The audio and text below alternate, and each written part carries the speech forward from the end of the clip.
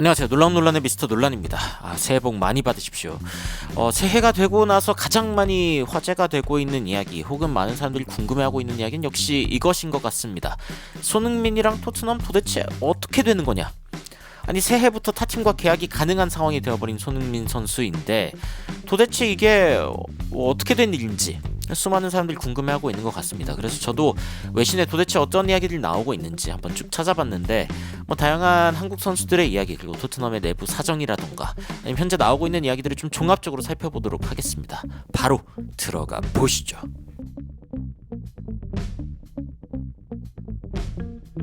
토트넘에서 가장 크게 화제가 된 장면 중에 하나는 바로 이 장면이었습니다. 아마 경기 전 장면인 것 같기는 한데 아니면 경기 후일까요? 손흥민 선수, 황희찬 선수 그리고 양민혁 선수가 함께 심각한 표정으로 모여있는 그런 장면입니다. 어떤 이유 때문에 이렇게 있는지는 아마 다 이제 예측이 가능하실 거라고 생각이 드는데 일단 토트넘 팬들은 황희찬 선수에 대해서 굉장히 좋은 감정이 많이 있는 것 같습니다. Come to Spurs 황희찬 선수 토트넘 왔으면 좋겠다. 그리고 이제 그런 이야기도 있죠. Would love him in the squad. 이 스쿼드에 이제 황희찬 선수가 있었으면 좋겠다. 그런데 이런 반응을 하는 이유가 다 있습니다. 황희찬 선수가 손흥민 선수의 페널티킥 방향을 알려줬네 말았네 이런 것들 가지고 이야기도 많지만 팀에 소속된 선수라면은 팀의 승리를 위해서 어쨌건 최선을 다해야죠. 선수로서 프로페셔널한 모습을 보여준 그런 황희찬 선수라고 이야기할 수 있고 다만 이제 이 토트넘의 문제는 수많은 선수들이 부상을 당했다는 것. 특히 이제 윌슨 오드베르 선수가 축구화를 신고 다시 이제 훈련장으로 나가게 되는 그런 장면이 이제 토트넘 팬들 사이에서 화제가 됐는데 너무나 많은 선수들이 지금 부상당해 있는 상황이기 때문에 어떻게 될지 모르는 그런 토트넘의 상황에서 황희찬 선수 같은 선수가 있었으면 좋겠다라는 마음을 가질 수밖에 없을 것 같기는 합니다. 최근에 토트넘 그래가지고 이적은 어떻게 되는 거냐? 특히 손흥민 선수는 가는 거냐? 토트넘으로 들어오는 선수는 있냐? 여러 가지 질문들이 있지만 파브리지오 로마노 기자는 이렇게만 이야기를 했습니다.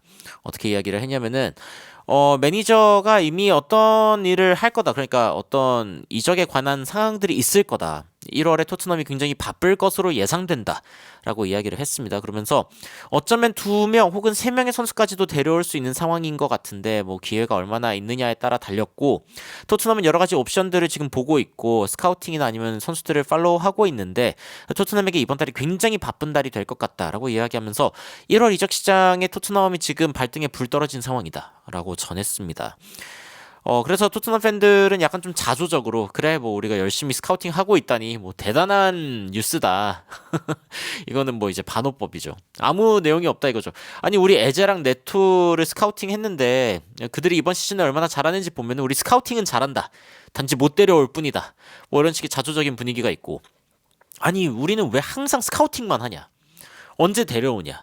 답답함을 표현하고 있는 팬들의 모습도 있고 Fell for it again award.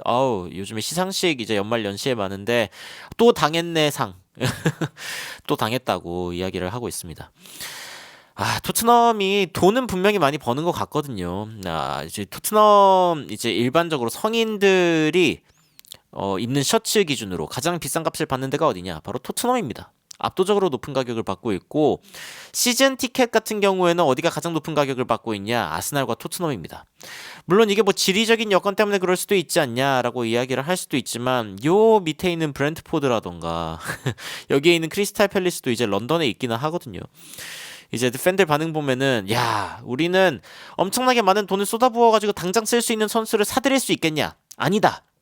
라고 안제 포스테코글루 감독이 인터뷰에서 말한 바 있는데 특히 팬들에게는 엄청나게 좋은 선수들을 살 수 있는 정도의 금액을 감당하게 하면서 그렇게 이제 선수를 사들이지 않고 있는 사람이 바로 레비다. 그래서 이 레비 회장에 대한 비판이 점점 더 거세지고 있는 모습 볼 수 있고요.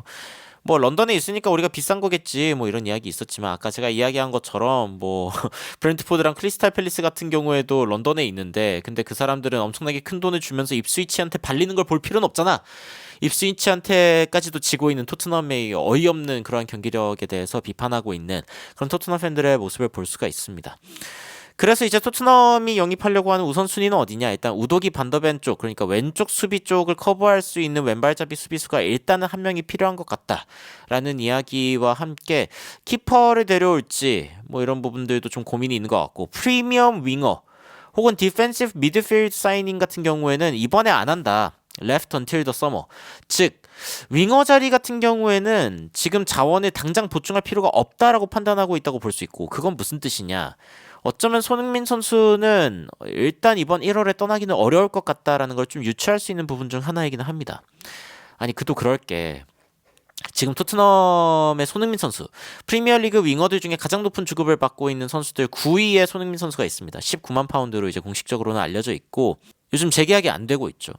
손흥민 선수를 만약에 재계약을 하지 않는다면 손흥민 선수에 대해서 토트넘이 지금 19만 파운드를 주는 것도 지금 쉽지 않다. 계속하기가 좀 어려울 것 같다라고 판단했기 때문일 것 같습니다. 그런데 그러면은 손흥민 선수를 대체할 수 있는 선수가 누가 있느냐? 뭐 밑에 있는 뭐 마르티넬리, 조타는 이제 안 올 것 같고요. 제롬 보엔 같은 경우에도 지금 토트넘이 데려오기엔 좀 애매한 느낌이 있고, 코디 각포, 그러니까 11위권부터 쭉 살펴보면은 뭐 레온 베일리, 클루셉스키도 여기 있고요. 아니면 뭐 넬슨이라든가 아스날에서 올 리가 없죠. 첼시, 무드리크 올 리가 없을 것 같고. 그러니까 웬만한 선수들, 좀 능력이 있는 프리미엄 윙어라고 할 수 있는 선수들 중에 당장 토트넘으로 올 만한 선수가 있냐라는 질문에 거의 그렇지 않고, 심지어 온다고 해도 지금 클루셉스키가 받고 있는 금액 이상을 요구할 확률이 높은데 토트넘이 그걸 줄까요? 주지 않을 확률이 높다고 봅니다. 그래서 토트넘이 현재 돌아가는 상황을 좀 살펴봤을 때, 그리고 이제 손흥민 선수의 토트넘에 관련된 이야기를 최신 순으로 찾아봤을 때 사실은 거의 이적에 대한 이야기가 나오지 않습니다. 손흥민 선수가 뭐 그런데 이번 시즌을 끝으로 떠날 것 같다라는 이야기가 나오고 있는 기사는 있거든요. 그 기사를 좀 살펴보면은 딱히 근거가 없습니다. 이 카스카리노라고 하는 선수, 뭐 그렇게 막 대단한 선수도 아니지만 어쨌건 한때 선수였다는 이유로 토크스포츠에 나와서 평론을 하고 있는 이 사람의 말에 따르면은 토트넘에 손흥민 선수가 안 머무를 것 같다, 뭐 이 정도 이야기만 하고 있고, 심지어 그런 이야기를 했어요. 손흥민 선수가 폼이 더 나아지면은 그러면은 이 토트넘에서 좀 살아남을 수도 있지 않겠냐. 근데 손흥민 선수가 토트넘에서 살아남으려고 노력해야 하는 처지가 맞나요? 이거는 이제 말도 안 되는 평론이라고 생각이 들고, BBC에서도 사실은 이제 뭐 토트넘에 대한 이야기를 할 때 양민혁 선수에 대한 이야기를 할 정도로, 그러니까 지금 손흥민 선수가 지금 들어오고, 아니죠. 그러니까 지금 손흥민 선수가 이제 재계약을 안 하고 양민혁 선수를 데려온 게 지금 이제 손흥민 선수의 어떤 재계약을 좀 주저하는 원인 중 하나인가? 그러니까 지금 오도베르라던가 양민혁이라던가 아직 좀 실험해 볼 수 있는 카드가 있기 때문에 아직 확실하게 손흥민 선수의 미래를 정하지 않은 건가? 뭐 이런 식의 추측도 나오고 있기는 합니다만, 뭐 양민혁 선수가 과연 이제 토트넘에서 바로 뛸 수 있을지에 대해서는 영국 언론에서도 약간 갸우뚱한 상황이기는 합니다. 그래서 이제 BBC에서 한 이야기를 좀 살펴보면은 양민혁 선수가 이제 1군에 등록될 확률이 있다 라고 이야기를 하면서, 강원 FC에서는 이제 12골 6개 어시스트를 기록했는데 지금 잉글리시 풋볼, 영국 축구에 과연 적응할 수 있을까? 이 부분에 대해서 여러 가지 의문이 있는데, 이 의문에 대해서 지금 김병지가 이야기하는 그 강원 FC에서 이제 같이 양민혁 선수와 같이 런던으로 온 김병지 전 선수의 이야기를 이제 하면서, 지금 이제 그 강원 FC의 대표 이사를 맡고 있는 김병지 이사의 이제 발언을 전했는데, 일단 프리미어리그에서 창조적인 어떤 능력이 있기 때문에 잘 적응할 것 같기는 하지만 체력적으로, 피지컬적으로 조금 더 발전해야 될 수도 있고, 그리고 토트넘에서 뭔가 좀 많은 횟수의 스프린트를 기록하고 있기 때문에 이 부분에 적응해야 될 필요가 있어 보인다라고 이야기를 하면서도, 오른쪽 왼쪽에서 둘 다 뛸 수 있고 양발잡이인데다가 손흥민 선수랑 좀 비슷한 면이 있지만 골을 넣기보단 좀 더 이제 그 어시스트를 만들어내는, 기회를 만들어내는 선수에 가깝기 때문에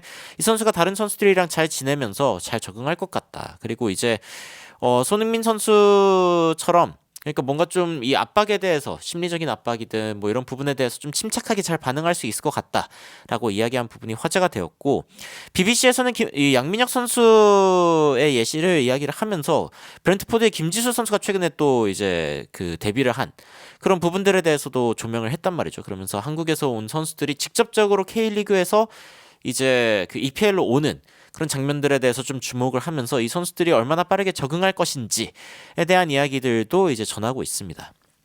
확실한 건 눈 씻고 찾아봐도 이 손흥민 선수가 어디로 간다, 혹은 머문다 라는 확정적인 이야기를 찾아보기가 굉장히 어렵습니다.